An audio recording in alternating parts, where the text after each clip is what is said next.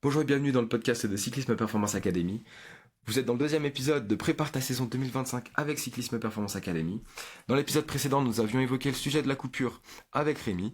Dans la continuité de cet épisode-là, nous allons évoquer le sujet de la reprise. Nous allons vous donner quelques astuces, quelques clés pour gérer au mieux cette reprise. Et pour ça, j'ai le plaisir de recevoir Maxime. Maxime, bonjour, comment vas-tu?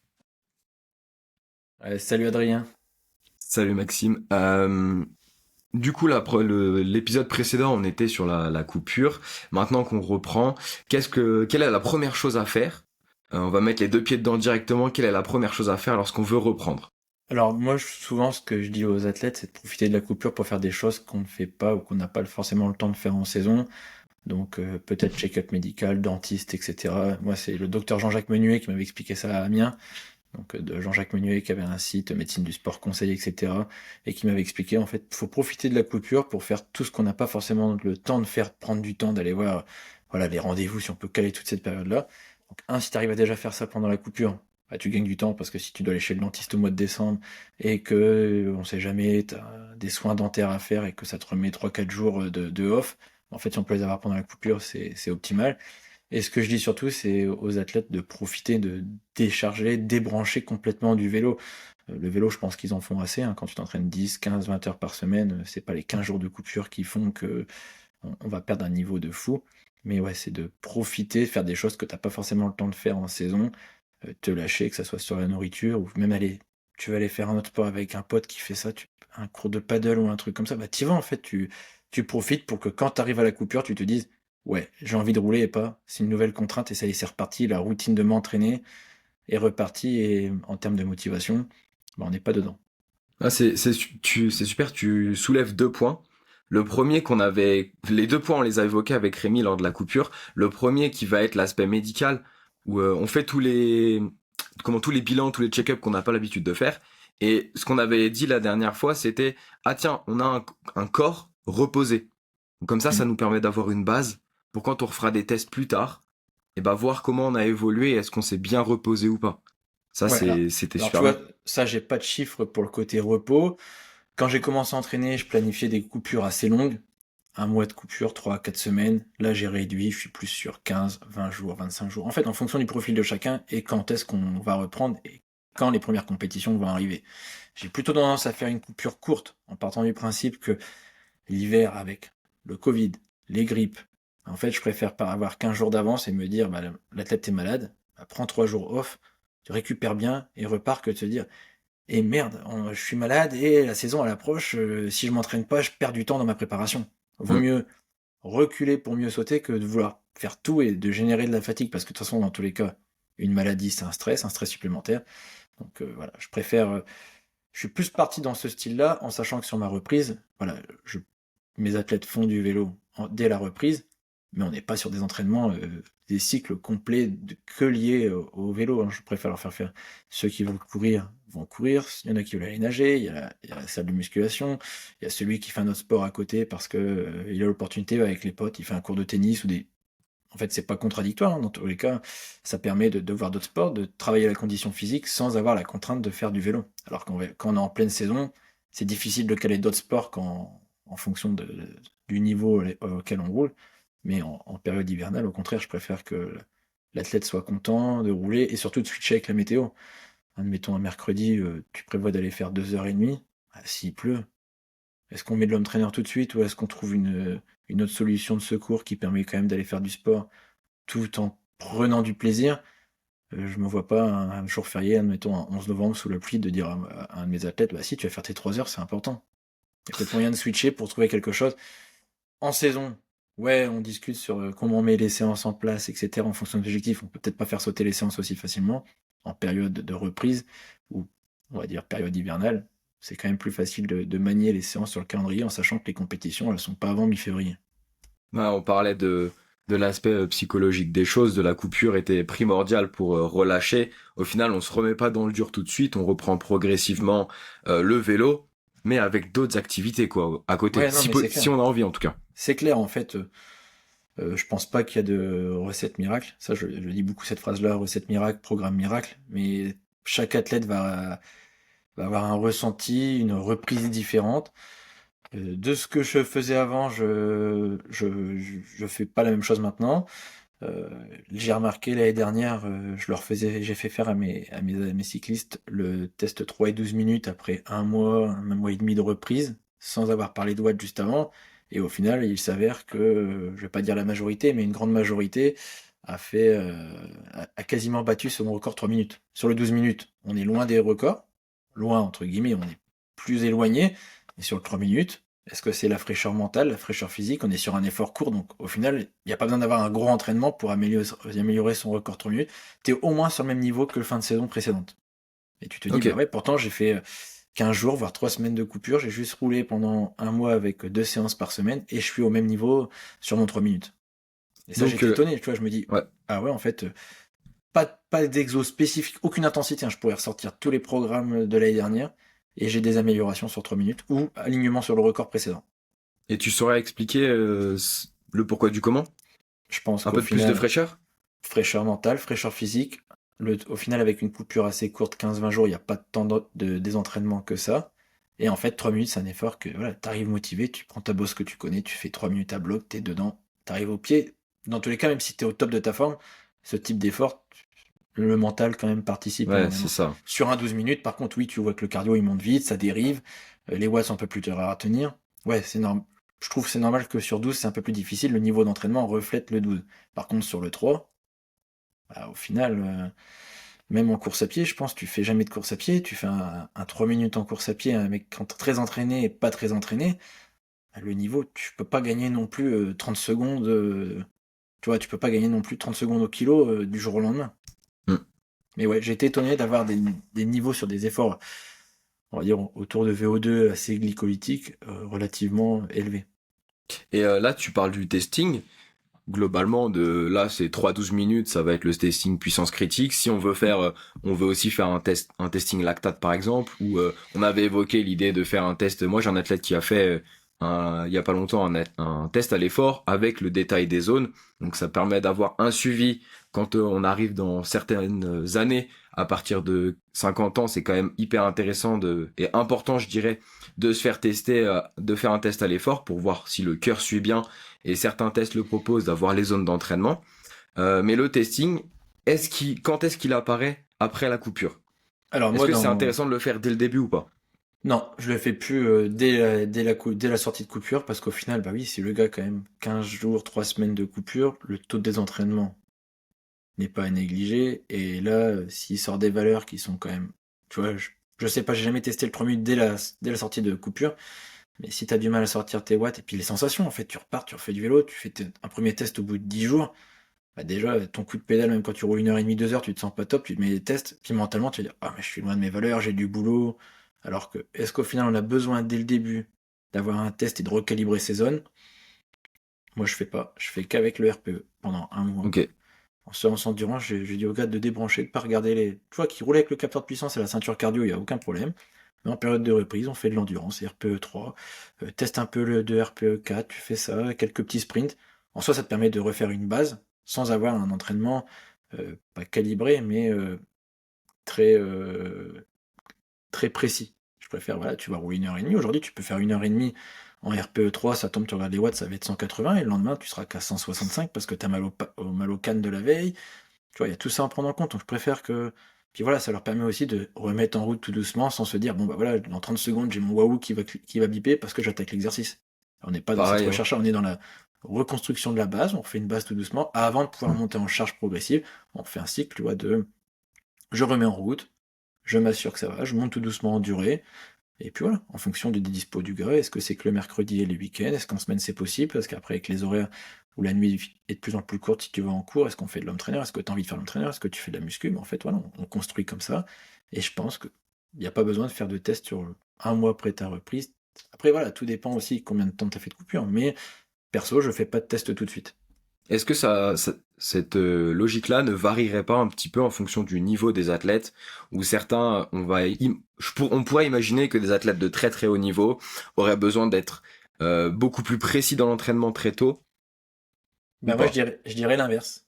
Parce que Ok. c'est pas un athlète amateur qui aurait quelqu'un qui débute, qui a besoin d'accompagnement, qui a besoin de précision. Un athlète élite ou professionnel qui a plusieurs saisons derrière lui, Tu lui dis d'aller rouler en endurance, en fait, tu vois, il va se calibrer, etc. Il a les informations. Mm. Un athlète amateur qui a tendance à se dire, en fait, Maxime me fait rouler que 3 fois dans la semaine. Bon, je vais quand même rouler un peu fort parce qu'au final, je fais 2 heures ici, 1 heure et demie, 1 heure et demie. J'ai l'impression que je roule pas. Là, c'est intéressant. Tu vois, c'est sur l'endurance qu'il faut calibrer. Et quand tu regardes que pas plus d'un cycliste sur deux, mais quasiment, quand tu reprends leur Nolio ou leur data depuis et qu'ils n'avaient pas d'entraîneur, en fait, ils roulent trop fort en endurance. Ok, ok. On est plus proche du tempo que de l'endurance. Donc au final, est-ce qu'au final, c'est pas ces amateurs-là qui ont besoin plus de précision que l'athlète élite qui a compris le truc. En fait, tu lui dis, moi j'en ai un l'année dernière, avec qui on avait fait ton étude de mémoire, Dorian, pour le Mm. citer, parce qu'au final, je peux le citer, parce qu'en termes de respect de l'entraînement, etc., il est, on va pas dire parfait, mais il est à 90-95% parfait dans toutes ses séances.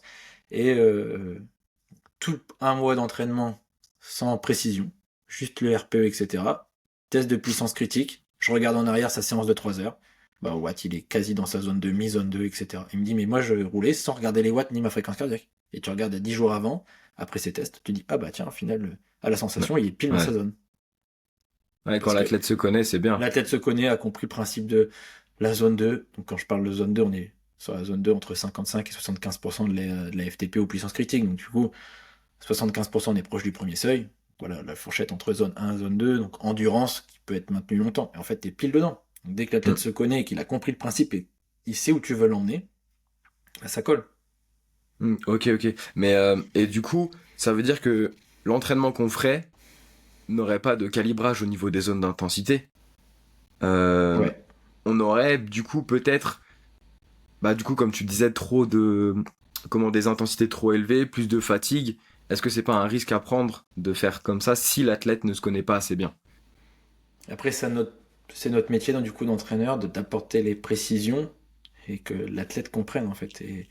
Et ça, que l'athlète soit acteur de son entraînement, c'est le point le plus important au final, peu importe son niveau. S'il est acteur et qu'il comprend, qu'il te pose les bonnes questions, il sait où tu veux l'emmener, toi tu sais qu'il a compris la séance, en fait derrière, sans regarder les données, si le mec, voilà, c'est une relation de confiance, hein. S'il te met pas les Ouais. données, tu dis, en fait, est-ce qu'il a vraiment fait ce que je lui ai demandé? Tu le vois direct sur le cardio. Après, en soi, moi le premier, hein, tu me fais monter une bosse en période de reprise, tu peux pas monter, le cardio est l'objet de monter. Même si tu montes Ouais. vraiment en ralenti, le moindre petit effort, tu vois que le cardio monte vite.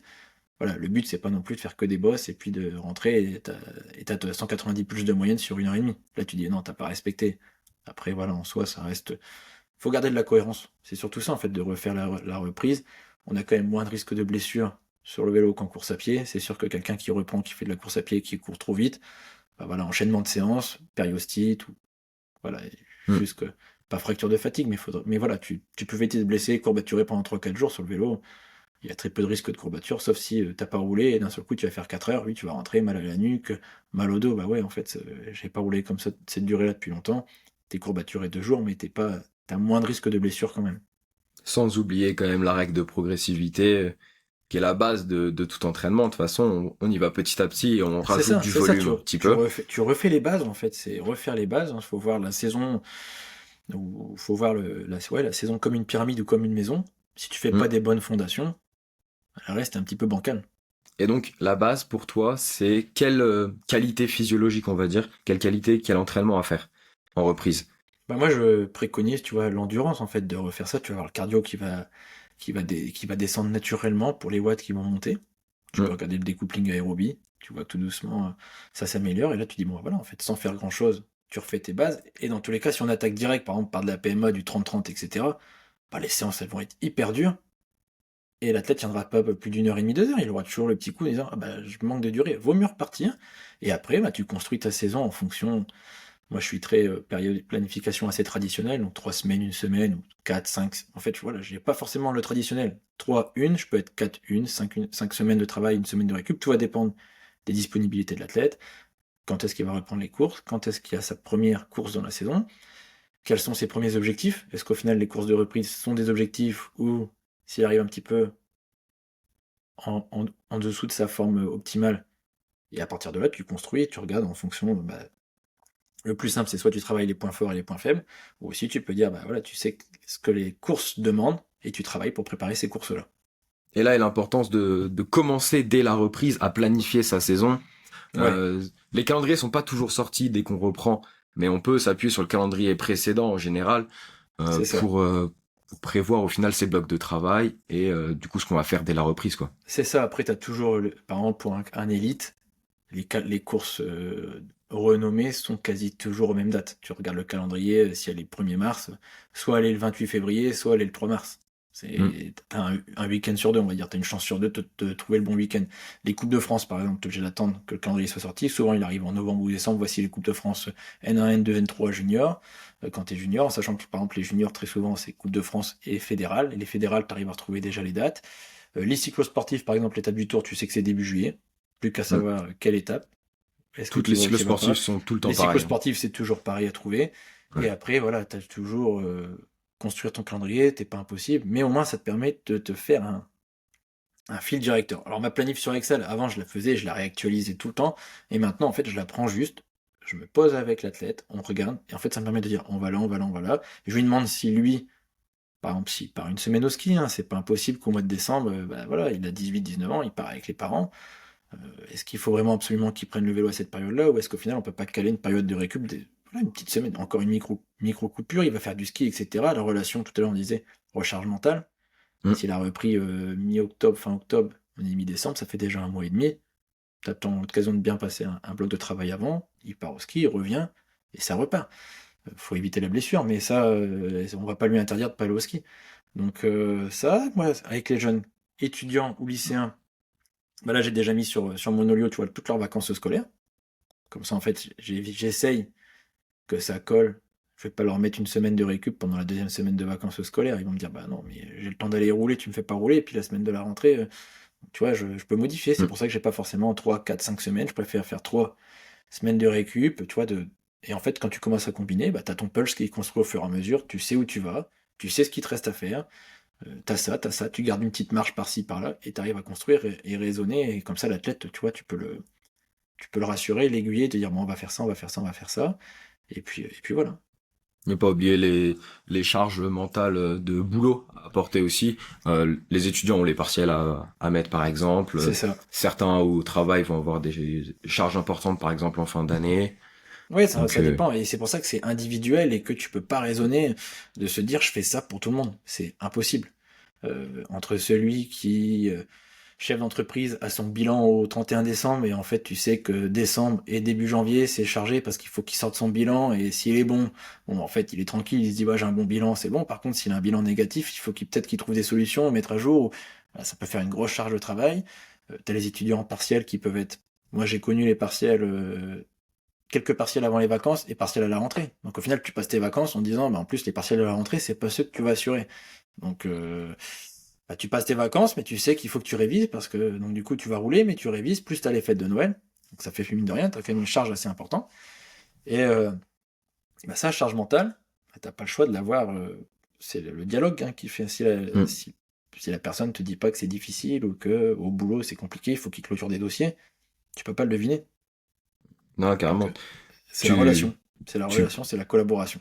tu discutes avec ton athlète de toute façon quand tu crées ta planification annuelle. Tu es Mm. obligé de discuter avec lui pour savoir quand est-ce que lui est Ouais, dispo, quand est-ce qu'il est pas dispo, et au moment voulu, si s'il dit que voilà là c'est, enfin il dit que le bilan c'est maintenant et que le bilan est pas positif, faut qu'il le dise, qu'il soit bah, honnête. c'est ça, moi c'est ce que je leur dis, honnêteté, anticipation.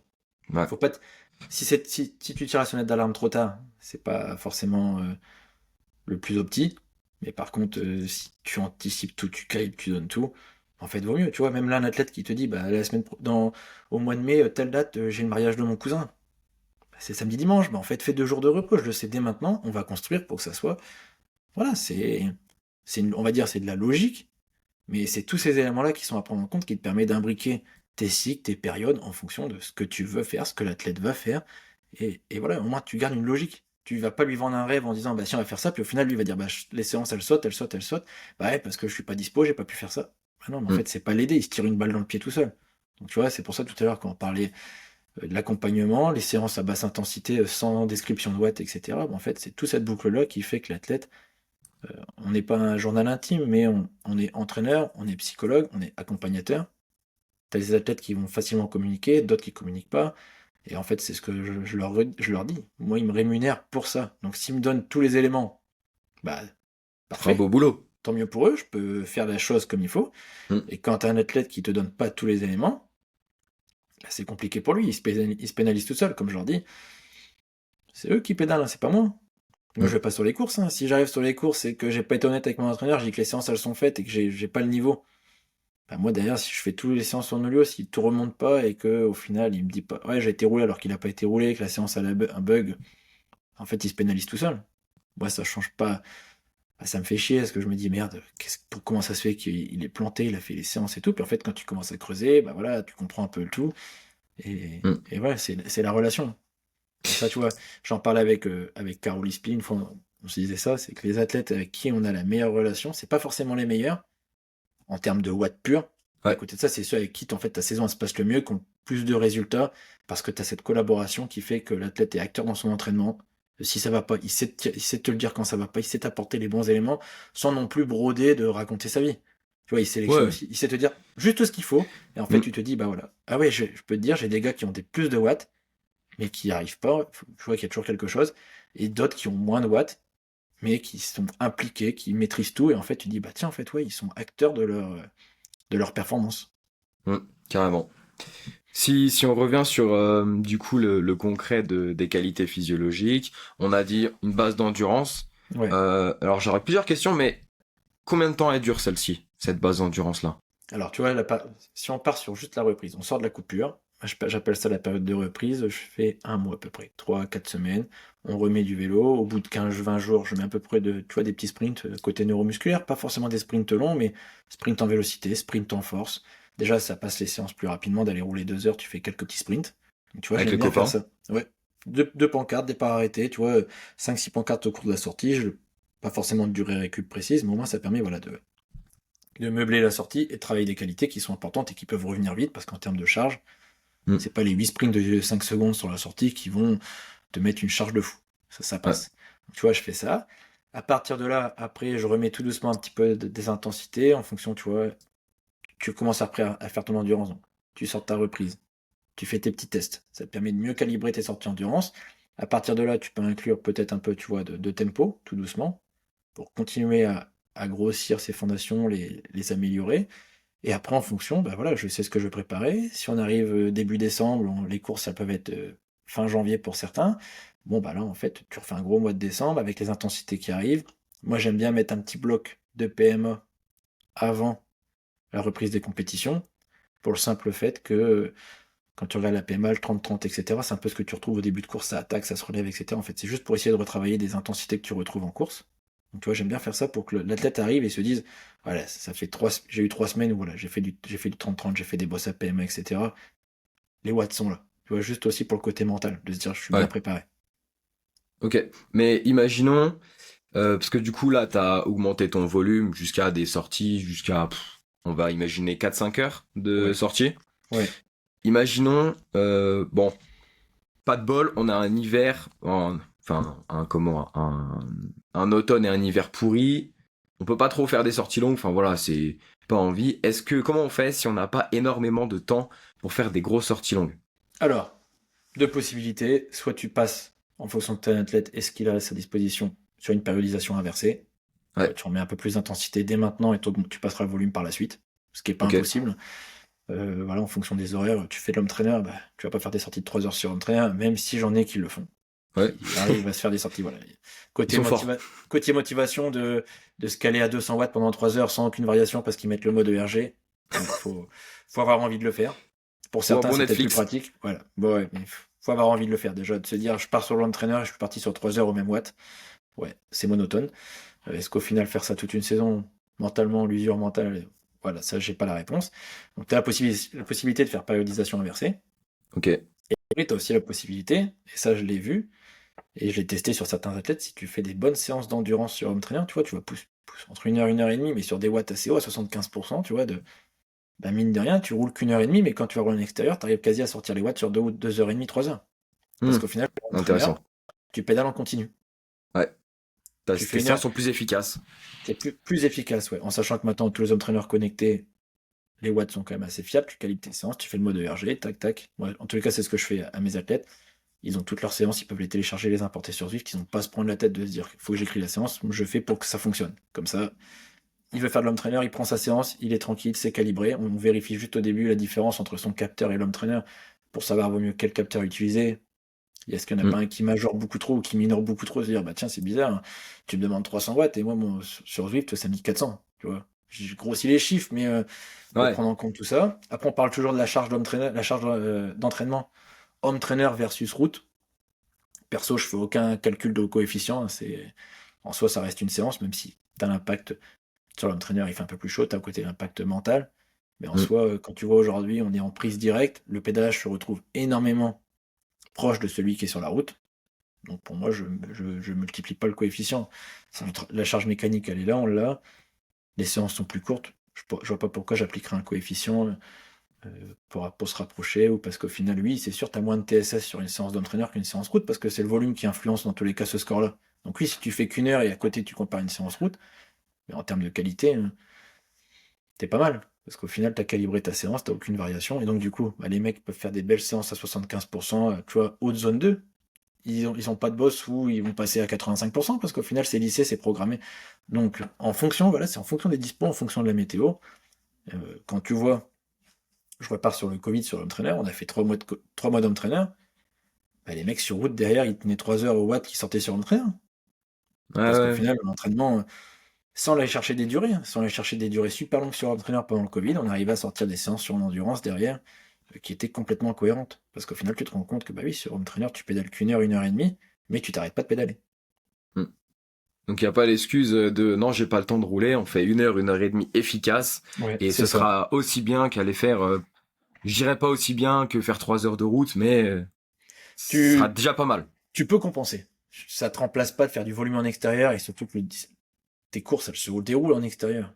Mm. Si tu vas jamais rouler en extérieur, tu as la variabilité du terrain, le vent, etc. Sur l'entraîneur, tu n'as pas toutes ces conditions-là. Donc au final, oui, c'est sûr, ton entraînement est lissé. Par contre, en extérieur, ton entraînement, il est pas lissé. C'est à toi d'être un minimum de réfléchir, du coup. Autorégulation. Et est-ce qu'on aurait des différences d'entraînement entre les niveaux de cyclistes, mais aussi entre les pratiques? On pourrait imaginer qu'un vététiste n'aurait pas les mêmes entraînements qu'un cyclosportif ou qu'un coursier sur route.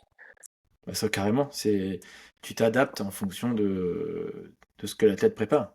Je ne vais pas Ok, préparer un vététiste qui fait des Coupes de France qui durent entre 1 heure et 1 quart, 1 heure et demie, avec des parcours où il y a la technique, etc. Et un cyclosportif qui prépare l'étape du Tour qui fait 170 bornes avec 4000 de dénivelé. ok, Déjà, l'échéance. Les Coupes de France, t'en as 3 ou 4 dans la saison, voire 5. La cyclosportive, tu sais, elle a telle date, et au final, si le cyclosportif en fait 2 avant, admettons une en avril, une en mai, une en juillet, voilà, ta saison, elle est découpée, tu sais ce qu'au final, il faut travailler du volume, etc. Alors qu'en VTT, il faut du volume, mais t'es quand même sur 1 heure et 1 quart où t'es à bloc. Donc, ouais, t'es pas mais sur le même domaine d'intensité. est-ce qu'on n'aurait pas une période dite, si on prend une planification traditionnelle, dite générale, et du coup cette partie générale, au final, c'est des qualités de base Ouais, qu'on bah, positionne et qu'on vient reprise, spécifier dans la période spécifique, tu vois. ouais, bah, reprise et période d'endurance, ça, on va dire, c'est le tronc commun. Et après, Ok, bah, t'as les branches qui font en fonction de ce que tu vas préparer, l'échéance qui font que tu remets des intensités plus tôt et tu découpes. Tu vois, donc ta période de reprise est quand même générale entre ouais, la les période de différentes reprise, pratiques. non. C'est ça, la période de reprise, de reprendre sans se prendre la tête, à la perception de l'effort et tout. Oui, ça, tout le monde y passe, hein. Même les athlètes professionnels, je peux te dire, tu fais ça, ça te permet, ils savent où ils vont. En plus, souvent, tu vois, si c'est coupure jusque mi-octobre, vu à partir de début novembre, on reprend structuré, ils arrivent, le stage en décembre va clôturer ce premier bloc entre la reprise terminée, début de l'endurance, ils font des belles sorties sur le stage, ils arrivent aux périodes de Noël, tu vois, petite période où tu lèves le pied, tu profites des fêtes de fin d'année. Moi, mes athlètes, dans tous les cas, roulent jamais le 25 décembre et le 1er janvier. Voilà, je suis réglo, je me dis, ouais, est-ce que je le ferai? Et qu'ils profitent, hein, c'est 2 fois dans l'année, c'est 2 jours, hein. Je préfère qu'ils profitent en famille que de se dire, bah non, mais le 25 au matin, faut que j'aille rouler 3 heures. Bon, Tu vois. Et après, voilà, après, tu arrives dans une planif traditionnelle.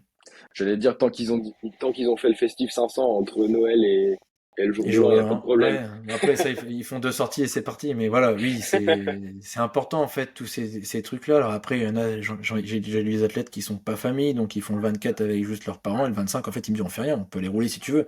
Tu vois, c'est au cas par cas. Mais de Ouais, base, je vais pas l'imposer pour avoir cette contrainte de se dire ah, je prends pas de plaisir, je préfère être à la maison, faire grasse mat. Le 25, il y a tout le monde qui revient à la maison, ou on va chez ma tante. Ou voilà. En fonction de chacun, tu t'adaptes. Mais cette côté charge mentale que tu rajoutes en plus, si on ouais. peut, c'est pas Et, forcément la période où pour rajouter de la charge mentale. ouais, et on parle de charge mentale, du coup, tout ce qui est indicateur de charge d'entraînement lors de la reprise, est-ce qu'on y prête attention ou pas Alors, de moi, je ces... prête attention tout simplement, vu que je demande le RPE et que je calibre mes séances au RPE, bah, la charge via Foster, elle est complètement utile, Hum, parce qu'au final, l'athlète complète sa séance, durée, RPE, tu as la charge Foster. Donc, on va dire sur cette première période, bah, tu la suis pour garder, pour t'assurer que tu as quand même une progressivité et aussi pour t'assurer que l'athlète passe bien les séances. Si tu vois qu'au bout de la deuxième semaine, une séance, tu as augmenté ton volume, tu es passé à 2 heures, 2 heures et demie, au final, tu as prévu, tu as dit, allez, roule à 3 RPE, maxi 4 en fin de sortie, parce que si tu as la fatigue, et qu'il arrive, qu'il te met 5 ou 6, en fait, il a pris de la charge, et tu essaies déjà un comprendre, est-ce qu'au final, il a rencontré un groupe qui s'est mis, il roule avec eux, au final, ils sont terminés en mode course, mais comme il était tout seul, il est resté dans les roues, il a subi, ou est-ce qu'au final, c'est parce que la séance, au bout de 2 heures et demie, tu vois, il commençait vraiment à être cuit, il a subi, et que oui, il a mis 5 ou 6 parce qu'il est rentré cramé. hum, Donc tu t'assures de ça. De l'autre côté, je ne regarde pas les TSS parce qu'au ok. final, j'ai pas remodifié la FTP ou la puissance critique. Donc tu vois, j'ai pas recalibré. Donc regarder ces chiffres-là sans m'avoir assuré que c'est les bonnes valeurs. Avec une FTP, là tu te dis oui et ça. À partir du mois, tu vois, quand tu actualises avec les tests, ben, en fait, tu peux regarder un petit peu avant si ça suit de manière linéaire. Et Hum, voilà, à partir de là, plus après description, échange. Donc on arrive sur ça. Et à partir d'une fois que tu as recalibré cette puissance critique, FTP, donc MFTP si tu utilises WKO, si tu vas sur intervalle, c'est EFTP. Au final, c'est juste une puissance critique calibrée sur 3 paramètres. Donc à partir du profil de puissance record sur les 90 derniers jours ou les 30 derniers jours en fonction. Donc, tu vois, moi je mets depuis la date de reprise, je leur fais faire les différents efforts, ça te ressort ta puissance critique ou NFTP, et à partir de là, tu peux recalibrer et tu peux suivre cette charge mécanique. Ok. Une fois qu'on a mis une vraie base d'endurance, on peut C'est ça, commencer une à vraie base et que tu peux s'intéresser à dire ces on fait moteurs. les tests, C'est c'est tout ça. parti, on calibre, t'as fait tes tests, on a ça. Et Hum, après, en fonction de ça, s'il a un stage en décembre, bah, souvent, des moments en stage, ils refont des tests. Ou si lui te dit, bah, je sens que je progresse, tu regardes, il te dit, bah ouais, même maintenant, on roule à 200 watts, c'est plus facile qu'il y a un mois. Est-ce qu'au final, ça vaut pas le coup de remettre un bon gros test pour t'assurer, te dire, on recalibre une nouvelle fois, ça le rassure, toi, ça te permet de bien ajuster. Ça, pareil, j'ai pas forcément de, de vérité, de te dire 8 temps de test par. J'ai commencé comme ça, par contre, hein. Quand j'ai commencé à entraîner, je programmais quasi des tests tous les mois. hum. C'est Alors difficile, au qu'au final, tu te final, rends quelle est compte. la différence que tu vas voir entre deux tests? Bah, est-ce qu'au final, c'était pour me rassurer moi, ou tu vois, de la peur de te dire, t'accompagnes des athlètes, ils vont se rassurer en voyant qu'ils progressent sur les tests, et toi, tu dis que tu calibres, mais le jour où l'athlète progresse pas, son test est pas meilleur, et toi, tu justifies comment? Bah oui, t'es en période de fatigue, etc. Et tu vois, je me suis rendu compte que la FTP modélisée de WKO, si tu regardes sur intervalle, c'est relativement très très corrélé avec. Tu refais 2 tests de puissance critique, en fait, à 2-3 watts près, tu retombes sur les mêmes valeurs. Donc au final, autant faire un suivi sans test qui n'est pas invasif que de refaire des tests. Et C'est- si on parle du côté HRV, Ouais, tous ceux qui vont avoir, c'est très très à la mode maintenant, c'est un peu populaire, tout ce qui est Whoop, Oura et tous ces indicateurs-là. Comment ouais. ils vont évoluer lors de la reprise et est-ce qu'on les regarde ou pas?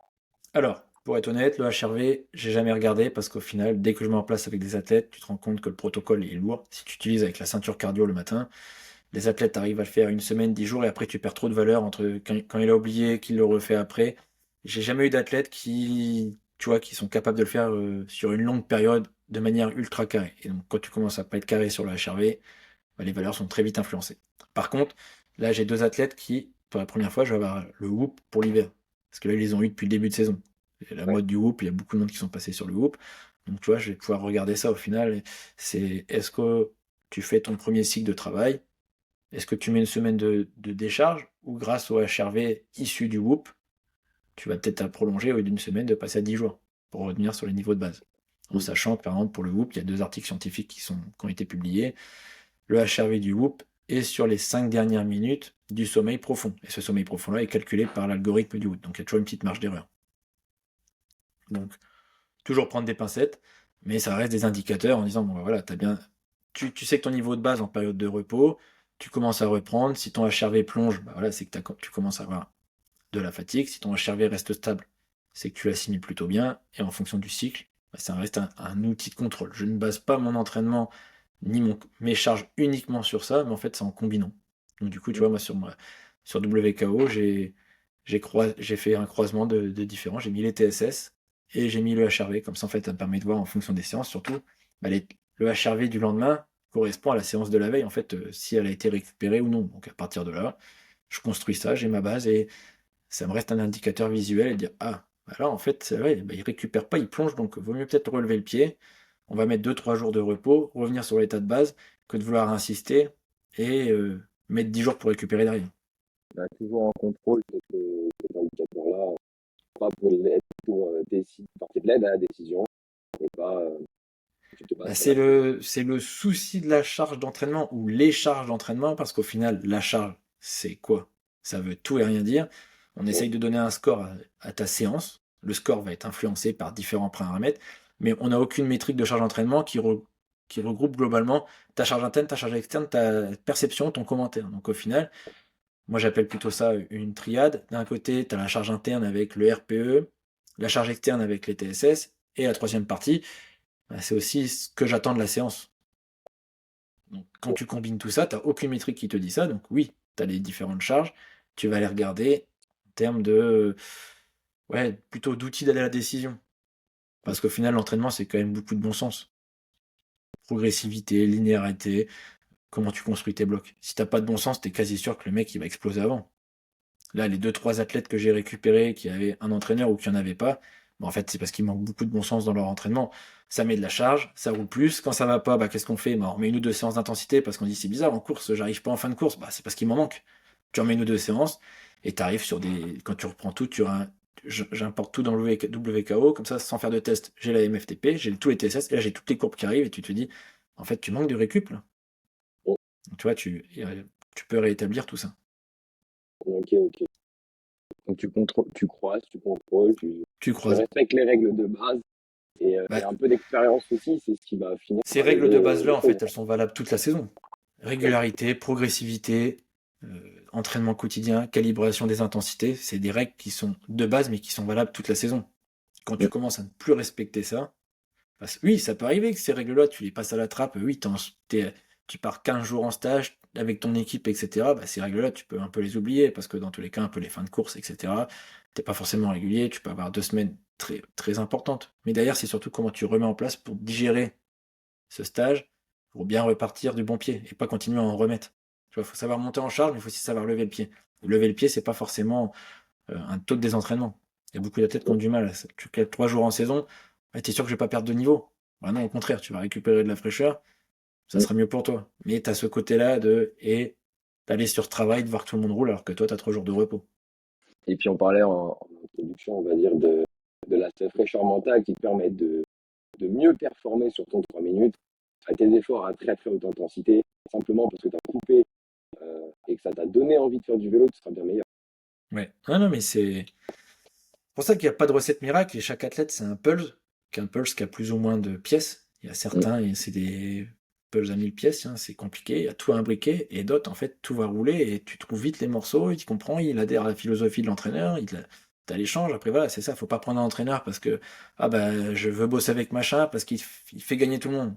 Ouais, mais si t'adhères pas directement, prends un entraîneur avec qui t'as le feeling qui passe bien, et que tu sais ce qu'il veut te faire faire, le pourquoi du comment, et c'est juste pas parce que c'est l'entraîneur à la mode qu'il faut le prendre. Il faut échanger, il faut comprendre, il faut pas avoir peur de poser des questions. C'est ce que je dis à tous mes athlètes, il faut pas avoir peur de poser des questions. C'est mieux de poser la question et de faire bien son entraînement que de pas poser la question et faire n'importe quoi. Carrément. Et comme on disait, celui qui pose des questions, qui est impliqué dans son entraînement, progressera toujours mieux que Il Je vois progressera toute la mieux, question. c'est clair, il progressera mieux, il comprendra bien pourquoi il a fait que 3 semaines de reprise, pourquoi je cale un mois d'entraînement sans parler de watts alors qu'il vient d'acheter son capteur de puissance. Pourquoi t'expliques tout ça en fait, il comprend la démarche, il va se dire bon bah voilà, j'arrive là, je fais les tests, ok on va calibrer, à partir de là j'aurai les watts, tu lui donnes les zones, tu refais juste un brief rapide, les zones, qu'est-ce que c'est de la zone 1 jusqu'à la zone 7? Déjà, s'il a jamais eu de watts avant, ça lui permet d'apprendre, d'aller rouler. Les premières sorties peuvent être fastidieuses parce qu'il va avoir les yeux rivés sur le compteur et tu te rends compte qu'il va dire non mais j'y arrive pas, etc. Débranche un peu des watts, essaye surtout de te dire bon voilà, je te demande de rouler à 200. Regarde à peu près à 200, essaye de toi, la sensation de sentir quand t'es à 200. Et au fur et à mesure, tu vas voir que les 200 watts, tu les tiens sans regarder ton compteur. Donc, s'auto-habituer, se faire confiance, échanger. Ça arrive de faire une séance n'importe comment. Le but, c'est pas de la faire toutes les fois, toutes les semaines. Tu l'as Ouais. fait une fois, tu comprends pourquoi ça n'est pas passé, tu as mal compris l'exo, et voilà, c'est comme ça. Et tout doucement, tu construis ta base d'athlète, qui te permet de savoir ce que tu veux faire. Et après, là, tu as aussi la relation, l'entraîneur et l'athlète, en fonction des objectifs. Pas non plus être vendeur de rêve, même s'il faut une part de rêve dans les objectifs. Je vais pas te dire, tu vas être champion de France cette année. Si t'as pas les qualités, ça fait méchant de dire ça, mais si tu te rends compte que l'athlète, déjà, il est junior 1, il a été dans aucune sélection régionale en J1, et qu'il a du mal, oui, tu peux faire un bon hiver. Si les valeurs sont bonnes, tu vois, sur tes tests, etc., tu te rends compte qu'il a un moteur, bah oui, il faut l'encourager, mais dans tous les cas, tu peux pas lui mettre en tête le championnat de France, ou le continuer si lui dit je vais aller au championnat de France s'il n'a pas été en sélection. C'est compliqué. Hein. Si va déjà en sélection régionale à la première Coupe de France, voilà, il faut bâtir la chose et tu réajustes tes objectifs que tu as préparés sur ton Excel avant, en amont pendant la coupure, bah tu le réajustes parce qu'au final tu te rends compte que voilà, il y a la progression qui est là, et la progression elle s'affiche aussi via les résultats en course, ce qui fait que maintenant il est en sélection régionale et qu'il est dans la shortlist par le championnat de France. En fait, tu changes d'objectif. Par contre, si ton athlète n'y va pas et que tu lui parles de championnat de France, en fait, oui, il parle de ça, et derrière, il n'y va pas. Tu vois, une certaine frustration, etc. Tu vois, c'est assez compliqué. Mais du coup, tu soulèves un truc intéressant, c'est chez l'entraînement chez les jeunes, quand on arrive sur la planif un peu de reprise hivernale et tout ça, entre J1 et J2 par exemple, on peut avoir vraiment des explosions de watts parce que c'est Hmm. surtout ça à préciser, c'est la croissance des athlètes Pic de lors de croissance. la reprise. En fait, ça se trouve, tu as passé pendant la saison de J1, imaginons, tu n'as pas spécialement bien marché, et, mais tu commençais à progresser un petit peu. Ton corps était en train de se développer parce qu'il y a un pic de croissance, il y a pas mal de choses qui se passent. Tu arrives en coupure, tu lui laisses le temps de faire son boulot. Et quand tu reprends au final, globalement, tu as construit ton corps d'homme, on va dire. Ton corps a fait son boulot. Et là, à la reprise, tu vas avoir des watts qui explosent. Dans tous les cas, tu vois, le pic de croissance peut expliquer une progression sans changement de l'entraînement. Que ça soit, voilà, dans n'importe quel sport. Pic de croissance, parce qu'au final, ton corps, une fois que tu as passé le pic de croissance, tu as une maturation physique et physiologique. Donc tes organes sont au max de ce qu'ils peuvent faire comparé en termes de force, etc., comparé à préadolescence ou adolescence. Donc ça, c'est à pas négliger. Tu as des jeunes qui ont une maturation tardive et d'autres qui ont un pic de croissance très précoce. Ils arrivent en minime 2, pic de croissance, de toute façon, tu le vois, c'est simple. Hein. Moustache, etc. D'un coup, la carrure, qui prend un peu plus d'épaule, et tu as les petits jeunes tout frêles où tu dis, bah là, en fait, lui, il l'a pas passé. Tu es quasi sûr qu'il l'a pas passé. Donc là, pour les jeunes, le plus simple, c'est de faire la taille assis debout avec date de naissance, poids. Tu es capable de calculer ton âge de pic de croissance et en fonction, tu sais ton pourcentage, est-ce que tu l'as passé ou pas encore passé. Ça fonctionne plutôt bien. Je le recommande même de faire ce genre de test. Et pour les jeunes, ce que j'aime bien faire, c'est en tous les cas, pour des juniors, faut qu'ils arrivent pas au top pour le début de saison, mais il faut qu'ils arrivent prêts à courir. Parce que le début de saison va quand même influencer le reste de la saison. Si Ouais. tes premiers résultats, tes courses fin février, mars, tu as des fédérales, etc. En fait, c'est le moment d'être. Faut que tu sois armé pour y aller et te dire, si je fais une place, en fait, le reste peut te débloquer pour le reste de la saison parce qu'au final, tu es pris dans la sélection régionale. Sélection régionale, tu vas où dans ton équipe, de plus être remplaçant, tu passes titulaire sur les fédérales où il faut que 5 ou 6 athlètes. Si tu es le 7e à chaque fois, tu vas pas. Tu cours sur tes Open 1, ou on va dire même Open 2, Open 3. Tu cours face avec des anciens élites Open 1 qui vont te faire la misère, mais parce qu'en fait, ils ont plus d'expérience que toi. Donc c'est ce côté-là. Mais par contre, t'es en équipe régionale, tu as de fortes chances d'aller sur les Coupes de France. Les Coupes de France, si tu marches, en fait, tu as quand même l'équipe de France qui surveille. Tu peux être emmené partout, tu as une plus grande visibilité. Et ce qui fait que si tu rentres dans la boucle de sélection, tu es plus encouragé, tu es accompagné, etc. Et tu peux faire une très grosse saison. Par contre, si tu galères un peu, dans tous les cas, les équipes raisonnent comme ça, ils vont pas t'emmener parce que bah non, t'es le septième, on a 6 gars qui marchent mieux. C'est... Et c'est là au côté, bah, ces petits jeunes-là, ils peuvent avoir un taux d'abandon du sport plus important parce qu'il n'est pas accompagné, il n'est pas aidé, il n'est pas encouragé. Donc ça, tu vois, ça peut être néfaste aussi pour ta pratique. Et toi, d'ailleurs, en tant qu'entraîneur, tu l'encourages, tu dis, ah, mais il va dire, ouais, mais moi, je voulais faire ça en fédéral, ils me mettent pas et tout. Et tu vois, tu tombes face à un gars qui se démotive juste parce qu'il va pas sur les courses qu'il espérait. Et chez les jeunes, ce qui est intéressant aussi, c'est faisable aussi chez les grands, entre guillemets, mais on parlait de travailler sur les points forts, les points faibles à un moment. N'oublions pas l'aspect technique et tactique à revoir. Et tant qu'à faire, l'hiver, j'ai envie de dire, on a un peu que ça à faire, quoi. C'est ça, mais Va monter d'école et enfin d'école, des petits cols, parce qu'il y a peut-être un peu de neige, quoi. Mais fais des descentes. Apprends à descendre correctement, parce que ça te servira quand tu seras en course. et l'expérience, pareil, le seul truc qu'on ne peut pas acheter. Tu peux acheter tout ce que tu veux. Tu peux te prendre un entraîneur, capteur de puissance, acheter le meilleur matos. Le seul truc que tu peux pas acheter, c'est l'expérience. Donc faire des erreurs à l'entraînement, en course, c'est un passage obligatoire. Mm. Le but, c'est que tu as compris l'erreur, tu ne la fais plus. Une fringale à l'entraînement, etc. Tu vois, tout ça, ça arrive. Mais il faut avoir compris le pourquoi du comment, et derrière, tu la refais plus. Surtout chez un jeune, c'est comme ça que tu te construis. Il n'y a aucun jeune qui arrive tout parfaitement, tu passes toujours par des galères. Te dire, bah, t'avais tracé ton parcours, t'as pas regardé, le vent il s'est levé entre temps, tu te fais taper la dernière heure et demie, vent de face, tu rentres, t'es usé. La prochaine fois, regarde le sens du vent, est-ce que le vent se lève, regarde quand tu pars. Ou tu vois, j'ai des petits jeunes, et moment, tu regardes à quelle heure ils partent rouler, ils sont en vacances, ils partent rouler à 16h. Ah, mais oui, t'envoies un message à 16h, il pleut. Écoute, t'es en vacances. Quand je construis les programmes, je regarde toujours la météo. Regarde la fenêtre météo. Ce matin, t'as eu de la pluie? Bah non, je dormais. Left. Au lieu de te lever à 11h, mets ton réveil à 9h, va rouler, t'es tranquille, t'aurais pas eu la pluie. Bon, Tu en fait, regardes la pour toi, météo. il t'est demandé de changer le plan d'entraînement au dernier moment et toi, tu vois ça. Ah non, mais en fait, tu vois, tu leur dis, en fait, tu rentres avec eux, dis, non, là, tu as cherché la Ah ouais. pluie. Je dis pas, quand ils t'annoncent tempête toute la journée, voilà, ça, tu poses pas de problème, mais là, tu regardes la météo, j'en ai deux, trois qui habitent pas loin de chez moi, et en fait, je dis, ah, mais tu te serais réveillé ce matin, il y avait un petit rayon de soleil, je dis pas qu'il faisait chaud, mais t'avais largement de quoi passer, là, tu te réveilles à 15h pour aller rouler, il pleut depuis midi. Tu serais parti rouler ce matin, à midi, tu t'aurais terminé ta séance, t'aurais pas pris une goutte d'eau. Tu vois, Ouais. tu vois, tout ça, et au final, bah, toi aussi en tant qu'entraîneur, tu les aides, tu les accompagnes. De temps en temps, il faut leur mettre des taquets aussi, parce qu'au final, il faut pas toujours aller dans leur sens, il faut leur faire comprendre que bah voilà, s'ils veulent, en fonction des objectifs que tu te fais, bah voilà, faut être impliqué, il faut s'entraîner. On n'a rien sans rien. Il n'y a jamais eu un athlète qui a gagné le Tour de France sans entraînement. Donc pareil, sur toutes les courses, hein. Et aujourd'hui, il y a tout le monde, pas tout le monde, mais 8 coureurs sur 10 au départ d'une course sont un entraîneur. Donc quand tu vois le niveau, ça s'élève, ça roule plus vite. Donc si t'es pas entraîné, pas préparé, bah tu risques de manger un petit peu au début. Puis après, Et ta puis, saison est compliquée mentalement. tu dis que l'entraînement ne s'achète pas, mais L'expérience, tu peux l'expérience, ça, prendre je te peux. ouais, l'expérience, pardon. Mais tu peux, en prenant un entraîneur, prendre deux, trois conseils toujours bons à prendre et qui peuvent t'emmener beaucoup plus loin que ce que tu vas.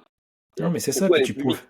tu profites aussi de l'hiver, tes premières sorties, tu vois, de tester la nutrition. Tu veux pas, t'as jamais passé de plus 50 grammes. En fait, tu te dis, bah tiens, en fait, j'essaye. Parce qu'au pire, même si t'as mal au ventre au mois de décembre parce que t'as trop mangé, bah tu lèves le pied, tu rentres et la fois d'après, tu rechanges de produit. Mais tu profites de tout ça pour te faire, te prendre tes bonnes habitudes.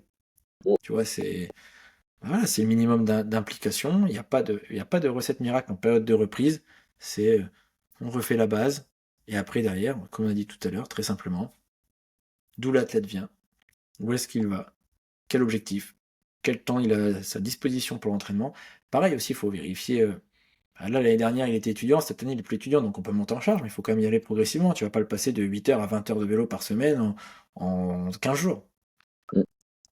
Tout ça, c'est à faire le point. Tu vois, là, moi, j'ai programmé des visios avec tous mes athlètes. Je leur ai envoyé un lien pour qu'on se cale des visios pour faire bilan fin de saison, perspective 2025. Je leur ai demandé un questionnaire, tu vois, est-ce qu'ils ont eu bien atteint leur objectif? Qu'est-ce qu'ils ont prévu pour 2025? Quelles séances ils aiment bien, ou au contraire, quelles séances ils aiment pas? Et s'ils veulent des choses en plus que je pourrais mettre en place. Et tu vois, par exemple, j'ai tout le monde qui m'a répondu nutrition. Tu vois, est-ce qu'on met Ok. en place des visios pour parler nutrition, échanger?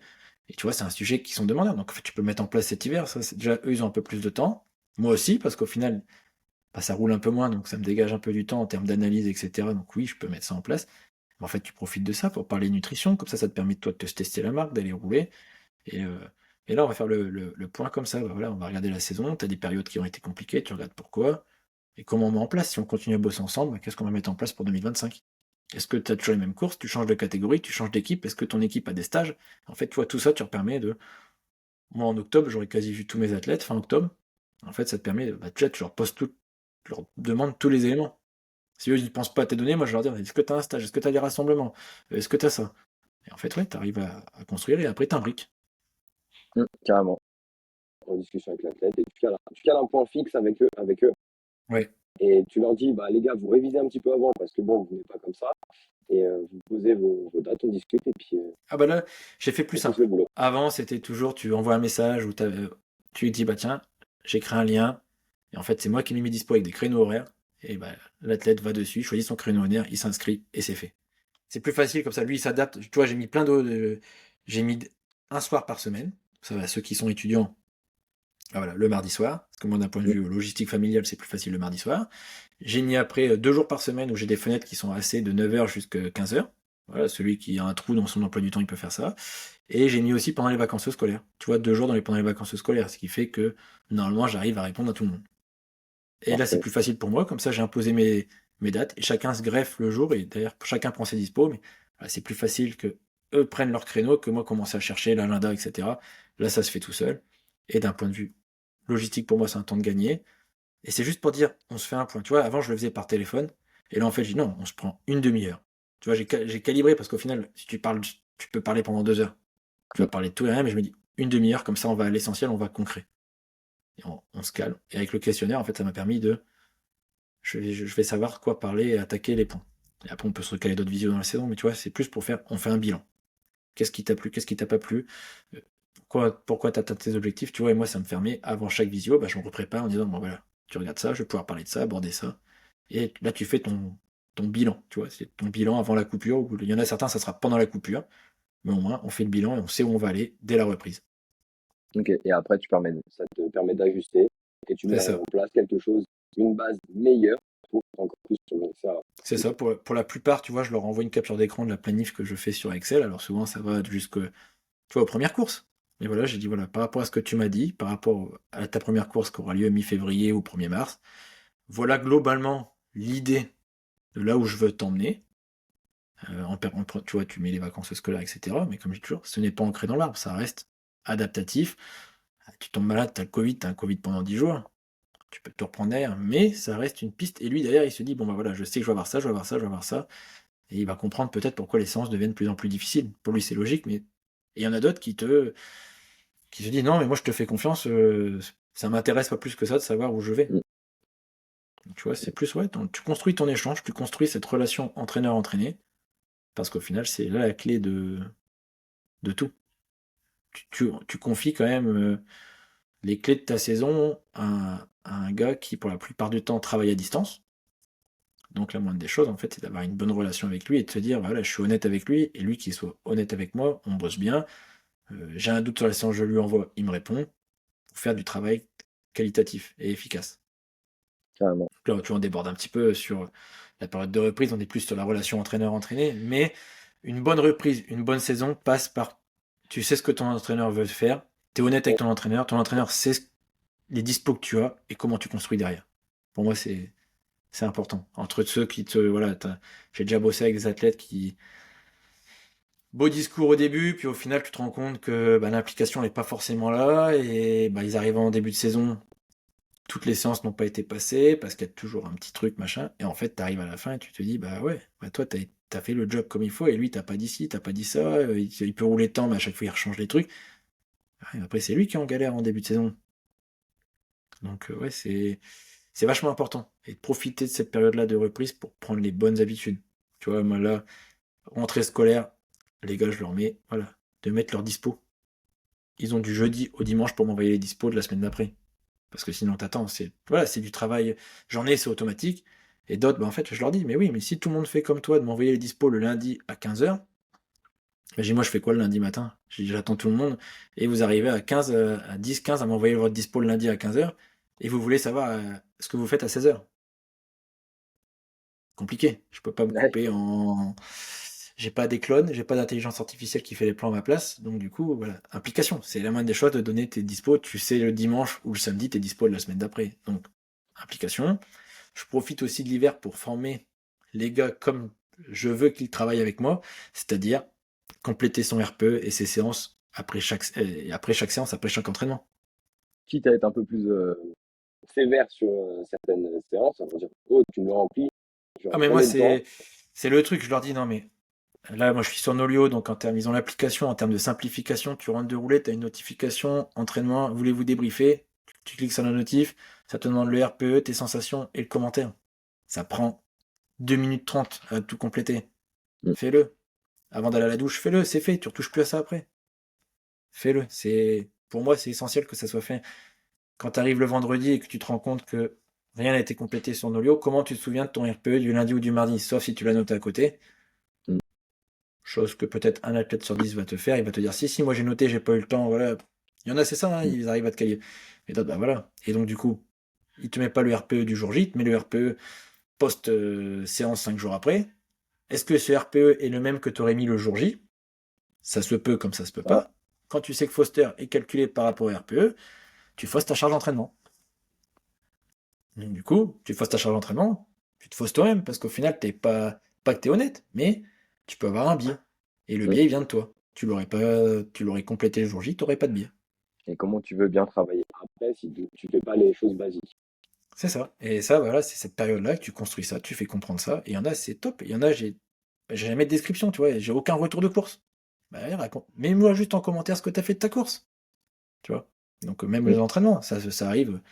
Moi, j'en ai, ils peuvent te dire, bah là, le deuxième 30-30, j'ai galéré parce que je suis arrivé, une voiture, un tracteur, je pouvais pas doubler, tac tac en 30-30. Bah voilà, en fait, je sais pourquoi dans son 30-30, t'as les 6 premières reps qui sont bonnes, t'as un petit trou et après, il te ferait les 4 dernières. Bah ouais, en fait, il t'a Mm. justifié pourquoi du comment et tu dis, bon bah voilà, en fait, je comprends, je vais pas lui taper dessus. Et t'en as d'autres qui te disent, bah voilà, tu programmes du 30-30, tu programmes 5 minutes de récup, au final, ils font un quart d'heure. Ah bah ouais, ah non, respecte, voilà, il y a des exos, je te le mets quand c'est carte blanche, minimum 15 minutes de récup, si tu prends 30 minutes, c'est bon parce que je t'ai mis minimum 15. Mais si vraiment je te fais des exos un peu plus calibrés, et tu vois, tu profites. Et quand tu fais ça l'hiver, tu as cette base-là, comme t'as l'habitude avec ton entraîneur, tac, c'est parti.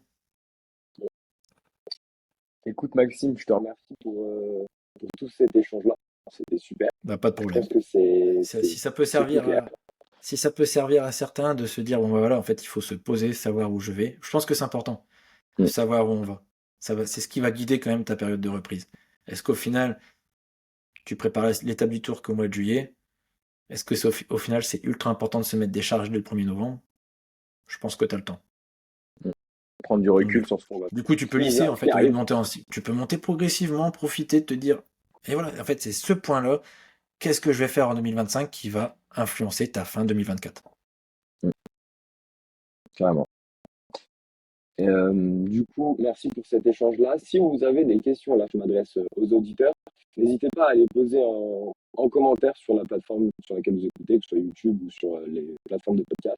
Sinon, n'hésitez pas à envoyer un message sur les réseaux sociaux. On se fera un plaisir de vous répondre. Et ça nous permettra aussi peut-être de faire évoluer ce format, qui est le deuxième épisode. Euh, Maxime, je te laisse la parole pour compléter pour aiguiller les auditeurs sur le travail que tu as fourni, qui est sorti il n'y a pas longtemps, sur la formation charge d'entraînement. Est-ce que tu peux en dire deux mots qui pourraient les aider justement à reprendre un petit peu mieux? Alors ouais, j'ai retravaillé la formation qui s'appelait avant Fitness Monitoring. Là, je suis passé sur la charge d'entraînement de la théorie à la pratique, de la théorie au terrain, ce qui permet en fait à chacun de comprendre, qu'est-ce qu'on entend par charge d'entraînement, de voir les différentes métriques de quantification de cette charge, que ce soit la charge interne ou charge externe. Et après, je fais une belle partie sur comment je travaille au quotidien, pourquoi j'utilise ce type d'outil, pourquoi je privilégie ça. Et en fait, c'est surtout pour que chacun s'approprie une manière de travailler. Il n'y a pas de. Quand on discute avec les entraîneurs, certains utilisent une métrique pour calculer la charge, d'autres utilisent une autre métrique. On a des plateformes à disposition, Intervals, Training Peaks, Nolio. Chaque plateforme calcule la charge grossièrement de la même manière, mais sous des appellations différentes. Du coup, il n'y a pas de je fais ça, je prends celle-ci, voilà, c'est surtout de s'approprier, de bien comprendre le pourquoi du comment, quel suivi on fait. Donc voilà, le gros de mon travail, ça a été de bien préparer et faire comprendre que on ne dit pas la charge d'entraînement, mais en fait, on pourrait dire les charges d'entraînement, qu'il n'y a pas une métrique ultime qui est la vérité absolue.